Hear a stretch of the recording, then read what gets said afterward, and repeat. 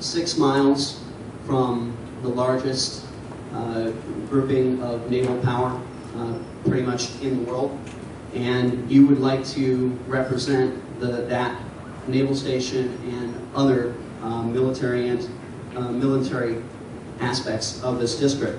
And so the question is, what is the role of Congress in its relationship and oversight of the United States military, and what is the relationship to the executive branch and their war powers? And it starts with Mr. Malbeck again. This is the first set. We'll say with the same word. Thanks for the hodgepodge. Just a question part. First question. What is the role of Congress in its relationship in its oversight of the United States military? Well, part of what it didn't do, and I think this is a hot button issue in the district, is the carriers leaving, one or possibly 2 carriers. And I really look at that right now as that was Senator Webb and Glenn Nye asleep at the switch. The carrier, that getting into the QDR, the Quadrennial Defense Review, to move the carriers, it's almost like a done deal. Not necessarily. It's getting to a done deal. And at this point in time, with the carriers leaving the district, we have Senator Webb, who was the Secretary of the Navy at one time, so he should know better. He's actually fighting to keep the carrier, well, his fight to keep the carrier here is to stop the movement of the money.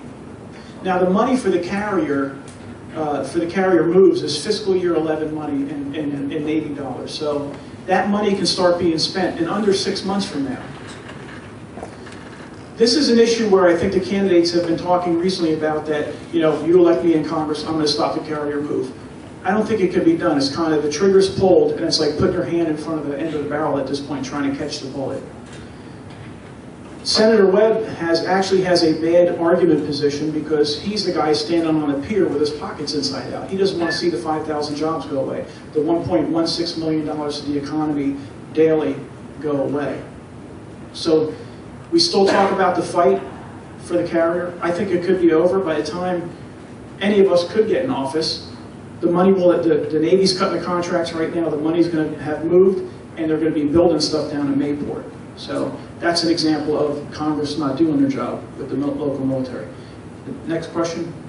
The follow-on question had to do with the relationship to the executive branch and the War Powers Act. To declare war. That's our job. To follow up and make a formal declaration in Congress. Good on time? Thanks. And our next respondent is Mr. Taylor. Thank you. I believe that Congress should declare war, and it's our job to fund it. It is not our job to make strategy. It's not Congress's position to make strategy.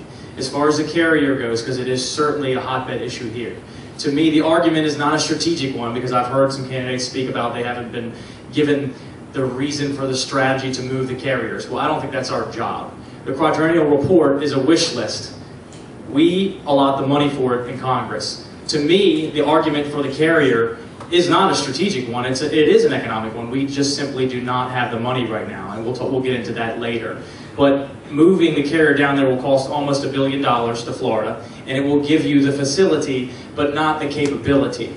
All the support, all those folks are here. Nothing that hasn't been factored into the price. The socioeconomic problems with meaning when folks move with a carrier, TDY or permanent duty down there, their kids have to go to school. So the $1 billion budget for this thing is just for this facility, and it's not for the capability. Again, the Quadrennial Report is not budget constrained. It's a wish list. Congress's job is to look at that and see what we can reasonably budget and what we can actually finance for the military. I do believe that our military should be fully funded to make sure that we are working towards meeting every threat and every threat in every area of the world that is necessary. So Congress should fully fund our military, not just throw money away, but make sure that we're using it in a fiscally responsible way. Thank you very much.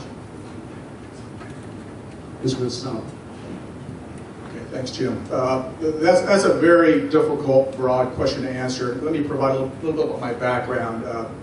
I am a general in the Army. I've been deployed a number of times, 3 combat tours, so I've seen this national security issue from a worm's eye view and a little higher But in my civilian job, I was also what's called a professional staff member on the Senate Armed Services Committee. The Senate Armed Services Committee is like the board of directors for the Pentagon, and I worked directly for Strom Thurmond when he was the chairman. I happened to be in charge of strategy. I happened to be the original author of the Quadrennial Defense Review in 1996. I wrote Bob Dole's National Security Plank for the GOP National Convention in 1996.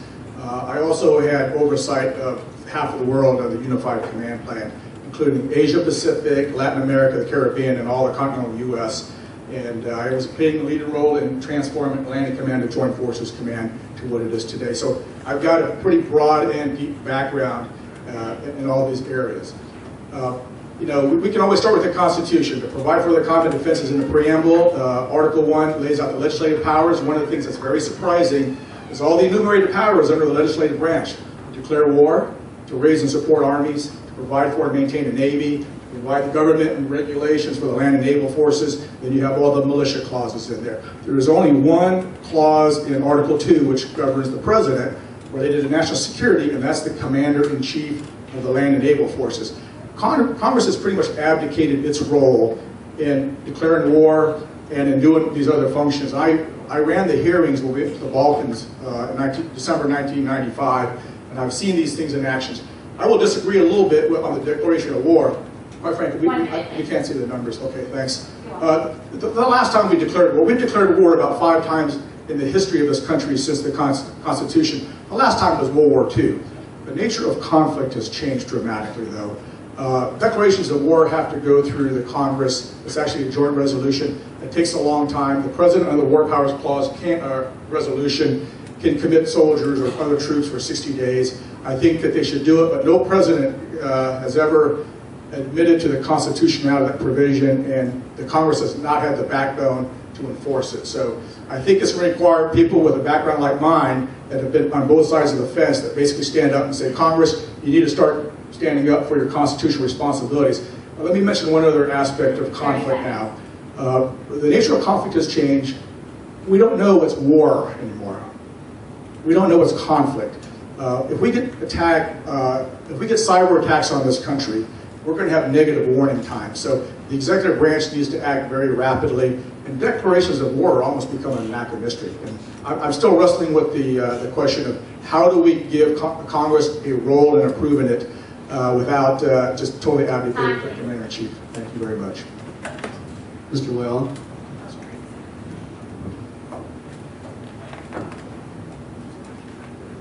You look back on the history, what was the purpose of government? People came here for opportunity, freedom, and the ability to raise their family, work their lands, at that time, not too many factories, but basically to worry about themselves and their family and provide for their future and their children, their great-grandchildren. And in the Constitution, they wanted to establish tranquility by establishing justice. They wanted peace. And that's why it said to provide for the common defense. And they realized that, and that's why the states got together, and they wanted to ensure that they weren't being attacked overseas or domestically. So you take that farther, then Article 1, Section 8 gives Congress the ability to declare war, and also to make sure that our soldiers, our sailors, men and women around the world, land, sea, and air, are being provided for the best equipment and the best support they can possibly have. And that goes down from the Commander-in-Chief as well. So you take that forward now to where we are today. Has the world gotten safer? No. Yet what's happening with Department of Defense spending? Secretary Gates announced a $33 billion reduction in spending. That's already 5% of what our President Obama promised, a 10% reduction in spending. Yet, the global requirements are still there.